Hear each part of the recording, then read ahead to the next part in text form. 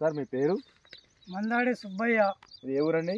జరి మండలు కేరామేరి. మీరు ఏ మందు వాడారు? Subscribe company subscribe వాడిండు.